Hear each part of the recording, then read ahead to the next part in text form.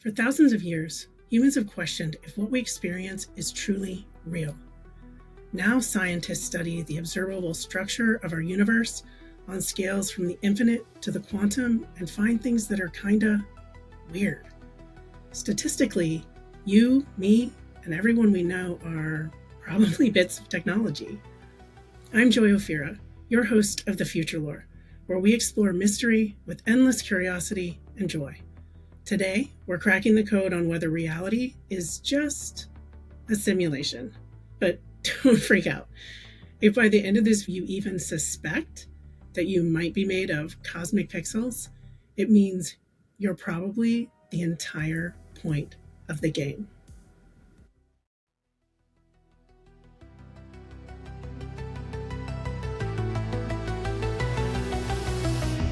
In the future lore we stand so bright. Mystery calls in the dark of night. Curiosity dances in our eyes. Long before the endless doom scroll, over 2 millennia ago, Plato sat contemplating shadows dancing on a cave wall. He pictured prisoners knowing only these flickering shapes, convinced that this was all there is.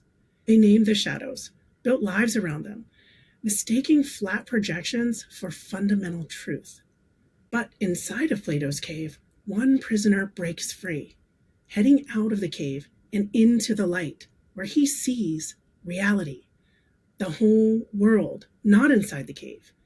But when he goes back in, he finds that the other prisoners aren't interested in finding out what he now knows. They are comfortable. They prefer their cave, where the flickers and the shadows are everything they know. Sounds kind of like human nature.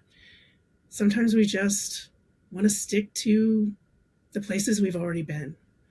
And that kind of makes sense. We're human after all. Plato wasn't just weaving a narrative. He challenged the idea that our senses fully perceive ultimate reality. He showed how easily we can be confined by limited viewpoints, caught in a simple play of shadows on the wall, without knowing that the light source is behind us. Centuries later, in 1641, the brilliant mathematician/philosopher René Descartes went on his own deep dive into doubt. No cave needed, just the radical idea of an evil demon. He proposed a deceiver, powerful enough to invent every sensation, faking memories and manufacturing a total world of experience within our minds. Could this demon create the perception of heat, colors, even convince us that our bodies were real when they weren't? Descartes used this intense skepticism to strip away everything possibly false, searching for an absolute truth, something undeniable. This led to his famous, "I think, therefore I am." Even if an entity faked his entire world, this remained. He had conscious awareness, and that proved his existence. Plato and Descartes, though ages and methods apart, guided human thought toward a critical insight. Our senses might not access the whole of reality. Plato suggested that our observed world could be a flat projection. Descartes showed how our sensory input might be a total construct. Their purpose wasn't to freak us out, but to expand the capacity to think beyond outward appearances and step into reality's potential hidden nature. Both paths led to revelation and agency. Plato's prisoner gains more than just sight by breaking free. They gain profound understanding and liberation from unseen limits. Descartes, facing complete deception, uncovered an undeniable certainty inside his own mind. They both found strength by questioning perceived reality itself. These ancient inquiries began laying groundwork for seeing the external world differently and recognizing the surprising power of our own awareness within it. These ideas equipped us with mental tools to explore uncertainty, and they continue to open minds to layered reality, potentially more dynamic than the static status quo we assume. And in the early 2000s, these questions led to a powerful modern argument, pushing us to consider three dramatic possibilities about our place in existence. In 2003, a philosopher at Oxford University published a paper that forced humanity to confront an uncomfortable truth. One of three realities is probably true. Nick Bostrom wasn't trying to be sensational with his simulation argument. He was presenting cold, hard logic, making it hard to escape accepting at least one of three uncomfortable possibilities about our existence. Here's how Bostrom's argument works and why it's so powerful. He starts with a simple premise. If civilizations can develop enough computing power, they could create realistic simulations of entire universes, complete with conscious beings who think they're completely real. These aren't just video game characters, but fully aware entities living complete lives inside of digital worlds. Now, if this becomes possible, Bostrom shows us that exactly one of three propositions must be true. The first proposition suggests that the fraction of human-level civilizations that get to this point is very close to zero.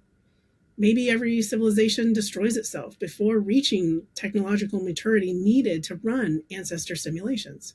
Could be nuclear weapons, climate change, artificial intelligence gone wrong, or something that we haven't even imagined yet. Civilizations might consistently hit some kind of wall that prevents them from ever building the massive computing systems required for universe-scale simulations. The second proposition states that the number of technologically mature civilizations that are interested in running ancestor simulations is very close to zero. Perhaps some do reach this necessary level, but they choose not to run simulations. Maybe they develop ethical frameworks that consider creating conscious, simulated beings to be morally questionable. Or perhaps they just think there's better uses for their enormous computational resources. But the third proposition gets really interesting. It states that if one real civilization creates simulated civilizations, that for every real person, there are many, many more simulated ones. If future civilizations could run ancestor simulations, they wouldn't just run one or two, they'd run millions, maybe billions of them. And using statistical analysis, the fraction of all people with our kind of experiences that are living in a simulation is very close to 100%. And the probability of being quote unquote real drops to essentially zero. In other words, we're almost certainly living in a computer simulation right now. And you're far more likely to be one of the Sims than one of the players. I know it's wild, but just take a moment to let that fully sink in. Bostrom's math here is elegantly simple, while also being absolutely devastating to our assumptions about reality. His argument doesn't actually prove that we're simulated. No. Instead, it shows that simulation is statistically the most likely scenario, if his premises hold true. The beauty of this logic is its simplicity. There's no complex physics or exotic theories required, just basic probability applied to technological advancement. And if civilizations can create simulations and choose to do so, then simulated beings must vastly outnumber the real ones throughout the universe. And what makes this trilemma so compelling is that each possibility carries pretty crazy implications for humanity's future and current situation, and forces us to think differently about technological development. Every advancement in computing power, every breakthrough in artificial intelligence, every step forward toward creating realistic virtual worlds brings us closer to potentially confirming Bostrom's predictions. We're essentially conducting a real-time experiment in his hypothesis. If civilizations always destroy themselves, we need to focus urgently on survival and solving existential risks. If advanced beings avoid running simulations, we're looking at a future where ethical considerations shape how we use our incredible power. And if we're simulated, then consciousness takes on an entirely different meaning. And our creators might have purposes that we can barely imagine. Bostrom's work shows us that through careful thinking, we can reveal hidden truths about existence itself, and that consciousness, whether real or simulated, remains central to any possible reality. In every scenario, aware beings matter enough that civilizations either study them, protect them, or become them. So, whether we're headed towards self destruction, ethical transcendence, or discovering our simulated nature, consciousness stays at the center of the story. But Bostrom's elegant logic raises an obvious question. If we might be simulated, shouldn't we be able to find some evidence? It's natural to ask, what does science reveal? It turns out that researchers are actively searching for physical clues that our existence might be built on code. The underlying approach is like exploring a complex digital world while trying to find its fundamental building blocks from within the game. One fascinating idea looks for a basic graininess. Every digital system has a minimum unit, right? Scientists like Silas Bean ask if spacetime itself has a smallest component. If reality is simulated, extremely high energy events like cosmic rays hitting the atmosphere might show unusual patterns or structured limits that wouldn't be expected in truly continuous spacetime. It's like detecting the pixel size of the universe in its most energetic moments, and a clever way to check for reality's most elemental digital units. And then there's the puzzle of fundamental constants, like gravity's strength or the speed of light. These numbers seem impossibly precise for a cosmos with stars, planets, life, chaos. If they were even slightly different, everything would collapse or never even form. Some scientists see this fine-tuning and wonder if it's just an improbable accident or if these base structural values are perhaps chosen. If someone programmed a simulated environment to produce complexity and consciousness, wouldn't they select parameters that encourage exactly that? This perspective suggests that simulation theory might explain cosmic fine-tuning. Some researchers, such as Martin Savage, analyzed the cosmic microwave background, the universe's Big Bang afterglow, searching for subtle hints. If the universe began as a simulation startup, might there be tiny patterns or consistencies in that ancient light, like processing echoes or rendering artifacts from its initiation?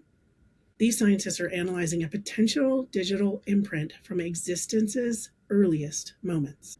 Consider how fast our own simulation tech advances. We've gone from basic digital displays to astonishingly convincing virtual reality in mere decades. As NASA scientist Rich Terrell points out, if our species makes this leap so quickly, it strongly increases the chance that an advanced civilization could already be running high-fidelity ancestor simulations. Our technological trajectory aligns with Bostrom's argument, making the idea feel less like sci-fi and more distinctly plausible. The scientific search for reality's code isn't limited to abstract physics. It goes back to the core of human curiosity. What is existence? And where does consciousness truly fit? If evidence of simulation emerges, it doesn't mean just new science. It totally reshapes our understanding of observers, the observed, and the relationship between awareness and reality's unfolding. So some scientists are on the hunt for a grand cosmic code, but perhaps the most telling clues aren't way out there, but down at the smallest possible quantum scales. Look closely enough, and reality starts behaving, well, weirdly, and echoes how sophisticated digital systems might operate. Take the double slit experiment. Fire tiny particles like electrons at a barrier with two slits. If you don't watch them pass through, they act like waves, creating an interference pattern as if each went through both slits simultaneously. But the moment you set up detectors to see which slit an electron actually uses, they instantly behave like individual particles, picking one path. It's like reality doesn't commit to a single state until it's observed by consciousness. This observer effect feels less like mechanical physics and more like a system rendering specific detail based on attention, much like a game loads high-res textures only when the player looks. Then there's quantum entanglement, Einstein's spooky action at a distance. If you link two particles, then separate them, even across a galaxy, then boom, measuring one instantly influences the other's state with no time delay, not even the speed of light, defying our current understanding of information transfer. Yet, if these particles are elements within the same underlying information system, the same computation, their states could be updated simultaneously across the virtual space. No physical travel needed, like how data updates instantly in a digital program, no matter how far apart pixels are rendered on a screen. And then consider wave function collapse. Before observing a quantum system, it exists in multiple possible states at once, called a superposition. But a conscious observer becoming aware of a measurement forces reality to select one definite outcome. This collapse often ties to when consciousness registers the result, not just a measurement device observation. It suggests that awareness doesn't just watch, it's participatory, helping collapse possibilities into definite reality, like a loaded game state becoming a displayed image only when it's needed for the interaction. And then quantum tunneling adds yet another layer of strangeness. Particles occasionally pass through barriers they strictly shouldn't, based on everyday physics. It looks like a glitch from our perspective, but in a simulated reality, such events could be outcomes of probabilistic calculations or efficient computational shortcuts, favoring likelihoods over rendering every possible or impossible interaction. These aren't necessarily bugs, but built-in features for processing efficiency, similar to how our brain uses heuristics or mental shortcuts of expected reality based on our experiences to move through the world without having to actively think about every single moment and sensory perception just to get through our normal day-to-day. And even the uncertainty principle that we can't precisely know a particle's position and momentum simultaneously might indicate resource management. Tracking everything, everywhere, perfectly would require infinite data. But building in fundamental uncertainty could be how the system optimizes, holding possibilities loose until measurement demands specificity. Researchers studying these quantum behaviors increasingly see parallels to information theory and computation. The way quantum systems process data, the instantaneous correlations, the observer's role, it all resonates with how sophisticated digital systems handle information and interaction. So here in the weirdness of quantum physics, science seems to echo those ancient philosophical questions and modern statistical arguments. It's pointing toward a reality that isn't static or absolute, but dynamic and might be responsive to awareness itself.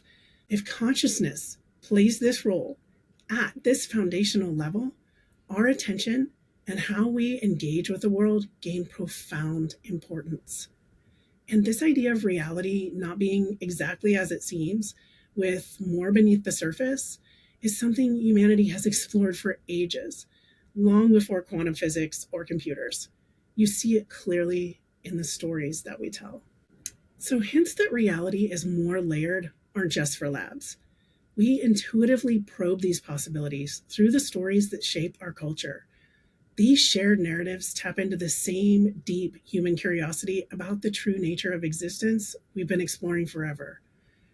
Remember the seismic jolt in 1999 when The Matrix hit screens? Audiences felt it. The core idea, discovering that your solid reality is a vast program, struck a chord. Neo's journey wasn't just an action movie. It was a modern allegory for escaping comfortable illusion, echoing Plato's cave prisoner. His ability to bend the Matrix's rules after grasping its nature offered a potent vision. Understanding reality's construction doesn't lessen you. It can reveal your unexpected potential. And then look at the interconnected worlds of Marvel. We watch heroes casually hop between infinite timelines and different dimensions. Doctor Strange navigates countless futures. Spider-Men meet across realities. And this isn't just comic book fun. It's our collective imagination, grappling with concepts akin to multiverse theories or the vast possibilities that simulation statistics imply. But think about how the characters react.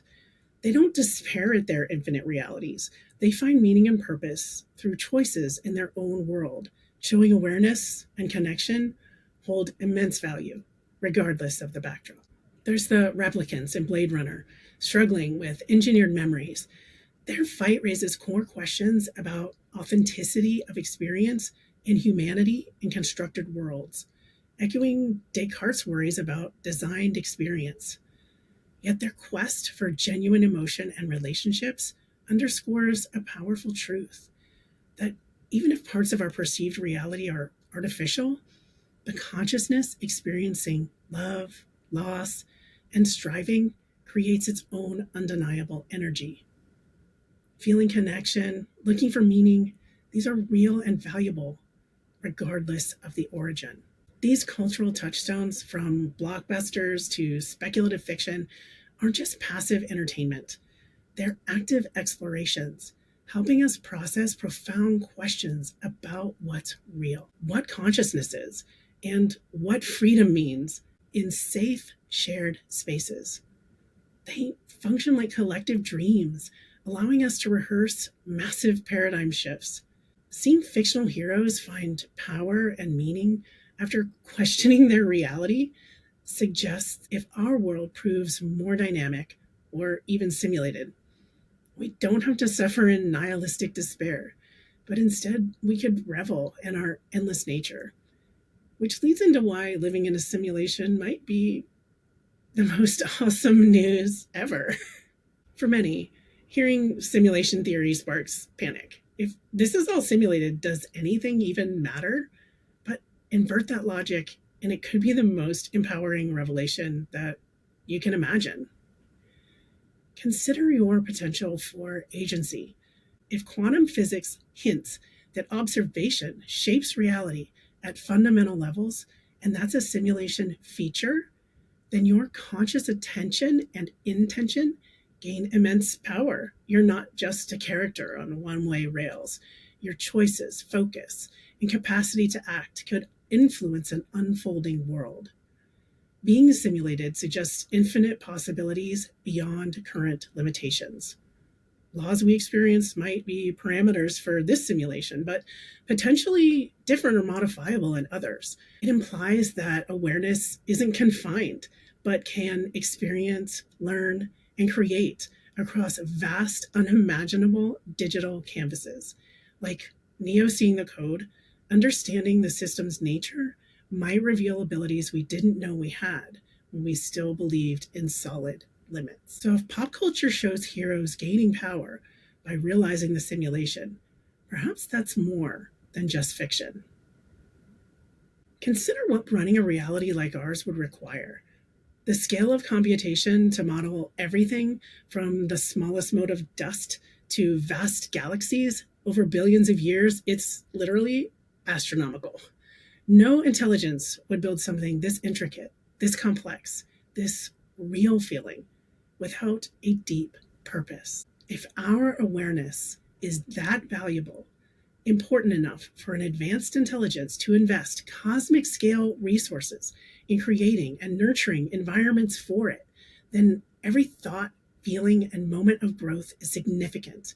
Our reality becomes a designed landscape for conscious beings to explore, learn, and evolve. Difficult moments aren't glitches, they're features, structured opportunities for genuine development and deeper insight. And mortality, if awareness exists digitally, death might be a transition, a level up, and not a final end. Fear of non-existence could soften if consciousness is fundamental and persistent, and perhaps just moving to a different state or interacting with creators. The irony of questioning if we're simulated and exploring these ideas across science, philosophy, and stories only happens because we are conscious. It's a testament to the very thing that we're studying. Whether real or simulated, this quest can expand our view of ourselves and our place in the universe. So, it all converges here. Our familiar world could be operating as an incredibly complex simulation. But beyond any existential dread that this might spark, this possibility reveals something extraordinary. Regardless of whether we exist in quote unquote base reality, you're aware of your own awareness and questioning the nature of reality itself, exploring possibilities that stretch across philosophy, science, and imagination. So whether we're simulated or not, consciousness itself remains the most mysterious and powerful force that we know. Your presence here, and the fact that you know you're here, could be the most significant element in a designed reality. Maybe you're not navigating a fixed structure, but exploring a dynamic environment potentially crafted specifically for human minds to experience, learn, and create. Every moment that you choose curiosity over fear, growth over stagnation, connection over isolation, you're actively shaping your experience and sending ripples that expand across reality. Your capacity for wonder, to strive, and love, that is the most valuable treasure of the cosmos. And if we are in a simulation, your experience isn't any less real. It means that you are an intentional exploration of the unlimited possibility of what awareness can be. If you'd like to hear more stories like this, please like, subscribe, and sign up for notifications on YouTube, or follow and review on Apple, Spotify, or anywhere you get your podcasts. Want even more? Visit thefuturelore.com, where you can find our free community and all the official links to @thefuturelore with no spaces everywhere. Thanks again so much for tuning in, my loves. And remember, embrace the mysterious and stay curious.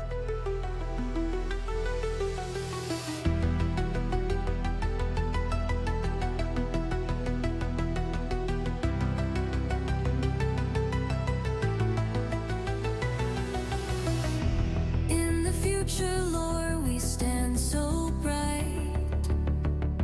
Mystery calls in the dark of night. Curiosity dances in our eyes. Joyful beacons under endless skies. Ancient wisdom blends with the new. Shaman whispers secrets we pursue. Cosmic echoes flicker in our hearts.